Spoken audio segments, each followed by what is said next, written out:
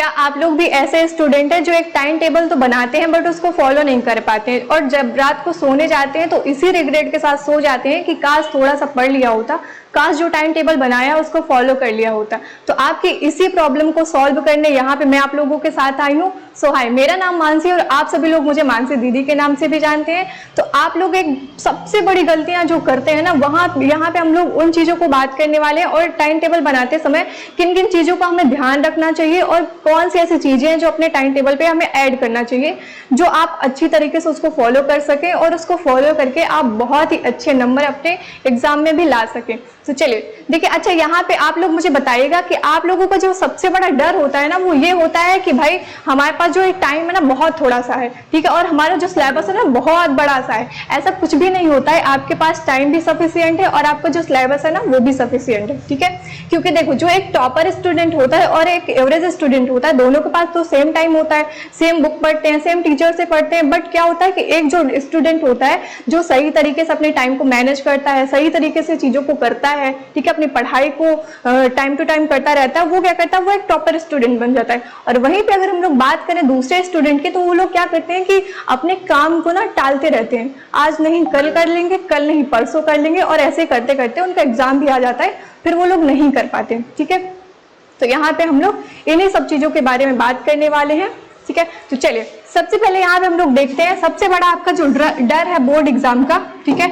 आपके board exam का जो सबसे बड़ा डर है वो क्या है कि टाइम कम है और सिलेबस ज्यादा है। ऐसा कुछ नहीं, मैंने आपको बता दिया है। सेकंड पॉइंट आपका जो है, बच्चा सोचता है ना, आप लोग बच्चे आप ही लोग है ना, तो आप लोग क्या सोचते हैं कि भाई आज पढ़ लेंगे, ठीक है, आज इतना पढ़ लेंगे, कल इतना पढ़ लेंगे, हमारा सिलेबस कंप्लीट हो जाएगा। बट क्या करते हैं, जब भी पढ़ने बैठते हैं अपना मोबाइल लेते हैं, उसमें इंस्टाग्राम ऑन करते हैं या वीडियो गेम खेलना शुरू कर देते हैं, या फिर दोस्तों के साथ घूमने चले जाते हैं, और आपका जो वो दिन होता है ना वो चला जाता है। फिर अगले दिन भी ऐसे ही करते करते आप लोगों के बोर्ड एग्जाम भी आ जाते हैं, ठीक है। फिर आप क्या करते हैं, आप पढ़ नहीं पाते हैं, टाइम टेबल जो बनाया उसको फॉलो भी नहीं कर पाते। तो यहाँ पे हम लोग बात करेंगे जो हमारी सबसे बड़ी गलतियां होती हैं टाइम टेबल को बनाते समय, ठीक है, उन गलतियों को थोड़ा सा यहाँ पे हम लोग देख लेते हैं।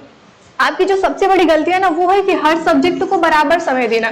आप लोग क्या करते हैं, जब टाइम टेबल बनाते हैं कि इतने घंटे हमें हिंदी पढ़नी है, मान लो 2 घंटे, ठीक है, 2 घंटे हमें साइंस पढ़नी है, ठीक है, क्या पढ़नी है, साइंस पढ़नी है। फिर क्या करेंगे, आप इंग्लिश को भी 2 घंटे देंगे, हिंदी को भी 2 घंटे देंगे, मैथ को भी 2 घंटे देंगे। ऐसा नहीं करना है आपको। क्यों? क्योंकि देखो, आपका जो सब्जेक्ट होते हैं, आपके जितने भी सब्जेक्ट है ना, उनमें से ऐसा तो नहीं है ना कि सब बहुत ज्यादा हार्ड होते हैं। भाई कुछ आपके सब्जेक्ट जो होते हैं आपको बहुत ज्यादा अच्छे लगते हैं पढ़ने में, है ना। जैसे मान लो कुछ भी हो सकता है, आपका इंग्लिश भी हो सकता है, हिंदी भी हो सकता है, साइंस भी हो सकता है। तो यहाँ पे आपको क्या करना है कि अपने सब्जेक्ट को बराबर टाइम नहीं देना है, ठीक है। अपने मतलब हिसाब से जो भी चीज आपको हार्ड ज्यादा लगती है उसमें ज्यादा टाइम देना है, जो चीज आपको नॉर्मल लगती है, जल्दी समझ आ जाती है, उस सब्जेक्ट को आपको थोड़ा सा टाइम देना है, ठीक है, मतलब कम टाइम देना है। दूसरी सबसे बड़ी गलती जो आपकी होती है वो बिना ब्रेक लिए कई घंटे पढ़ाई करते रहते हैं आप लोग जब भी पढ़ने बैठते हैं ना, एक टाइम सेट करके रखते हैं कि 2 घंटे पढ़ेंगे, 4 घंटे पढ़ेंगे, और ऐसे ही मतलब कंटिन्यू पढ़ते जाते हैं। बट वहां पे आप लोग क्या करते हैं, ब्रेक नहीं लेते हैं। ये सबसे बड़ी गलती होती है। इससे क्या होता है कि जब आप लगातार पढ़ते रहते हैं ना, आपका ये जो छोटू सा ब्रेन है ना, इतना छोटू सा, ये क्या हो जाता है, ये पूरा भर जाता है, ठीक है, क्या हो जाता है, पूरा भर जाता है। फिर इसको मतलब नींद आने लगती है, कभी कहेगा घूम आए, कभी कहेगा नींद आ रही है सो ले, कभी थोड़ा सा खाना खा ले। तो इसलिए जब भी आप पढ़ने बैठे थोड़ा थोड़ा ब्रेक ले लें। अगर मान लो आप 40 मिनट पढ़ रहे हैं, ठीक है, 40 मिनट अगर आप स्टडी कर रहे हैं, तो आपको क्या करना है, आपको 10 से, ठीक है, 5 से 10 मिनट का आपको ब्रेक लेना है, ठीक है। क्या करना है, आपको 10 से 5 मिनट का ब्रेक लेना है। थर्ड पॉइंट की अगर हम लोग बात करें कि रात भर पढ़ना और सुबह देर से उठना। कई सारे बच्चे होते हैं तो क्या करते हैं, रात भर पढ़ते रहते हैं, ठीक है, और फिर क्या करते हैं, रात भर पढ़ते रहते हैं, सुबह जब उठते हैं ना तो उनका ब्रेन जो होता है पूरा भरा हुआ होता है। जब सो के उठते हैं तो फिर ऐसा लगेगा यार और सो लेते हैं थोड़ा सा, पूरा ब्रेन तो भर गया है, पूरा ब्रेन तो थक गया है, अब क्या ही पढ़ूं, है ना, अब अगले दिन रात को फिर पढ़ूंगा। इसलिए आपको जो पढ़ाई करनी है टाइम पे करनी है, टाइम पे खाना खाना है, टाइम पे पढ़ना है और टाइम पे आपको उठना है, ठीक है, टाइम पे अपनी सारी चीजें करनी है। जब आप लोग इतना करते हैं ना तो यार बहुत अच्छा है, आपको बहुत ही अच्छे तरीके से अपने एग्जाम में नंबर ला सकते हैं और सारी चीजों को कर सकते हैं। तो ये 3 गलतियां आपको नहीं करनी है, ठीक है, और यही 3 गलतियां होती हैं ना जो आप लोग सबसे ज्यादा करते हो, इसलिए अपने टाइम टेबल को कभी फॉलो ही नहीं कर पाते हो। एक दिन बनाते हो, दूसरे दिन फाड़ के फेंक देते हो उसको, ठीक है। अब यहाँ पे हम लोग बात करते हैं कि जो हमारा टाइम टेबल होता है वो अच्छा कैसा होना चाहिए, ठीक है। गुड टाइम टेबल जो होता है वो कैसा होना चाहिए। सबसे पहला पॉइंट जो आपका है वो सब्जेक्ट को 3 हिस्सों में बांट लो। जैसे अभी मैंने बताया था आपको कि आपके जो सब्जेक्ट होते हैं ना वो 3 टाइप के होते हैं। पहला हार्ड होता है, दूसरा मीडियम होता है, तीसरा आपका जो होता है वो ईजी होता है, ठीक है, यानी कि नॉर्मल होता है।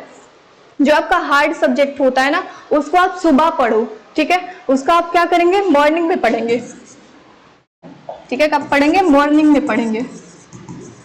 क्योंकि देखो जब आप सो के उठते हो ना, आप जब सो के उठते हो ना तो आपका ब्रेन पूरा मतलब बहुत ताजा ताजा रहता है ना, आप नेचुरल, ठीक है, नेचुरली आपका ब्रेन जो होता है वो बहुत ही फ्रेश होता है। तो इसलिए जब भी आप सुबह सो के उठते हैं अपने फोन को ना छूकर आपको जो हार्ड सब्जेक्ट है ना उसको उठाकर उसको पढ़ लो बेटा, तो आपके जो ब्रेन है ना ये चीजों को बहुत जल्दी याद कर लेगा, ठीक है। क्योंकि जब आप सुबह उठते हो ना, सुबह उठ के क्या करने लगते हैं भाई, इंस्टाग्राम खोला, रील्स स्क्रॉल करने लगे, 1 घंटे कब चल गए और कूड़ा करके तो अपने दिमाग में भर लिया।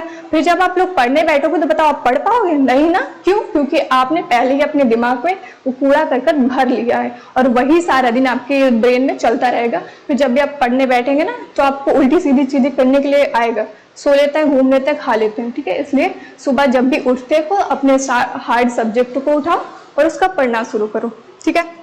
या तो हमने बात कर लिया कि अपने सब्जेक्ट को 3 हिस्सों में हमने डिवाइड कर लिया। फिर आपको जो दिन होता है, ठीक है, आपको जो दिन होता है उसको भी आपको क्या करना है, 3 पार्ट में उसको डिवाइड करना है, ठीक है। पहला सुबह हो गया, सबको पता है भाई 3 हिस्सों में बांटेंगे तो क्या होगा, सुबह होगा, दोपहर होगा और शाम होगा, ठीक है। सुबह होगा, दोपहर होगा, शाम, रात होगा, ठीक। जैसे मैंने बताया कि सुबह आपको क्या करना है, अपने हार्ड सब्जेक्ट को पढ़ना है, ठीक है।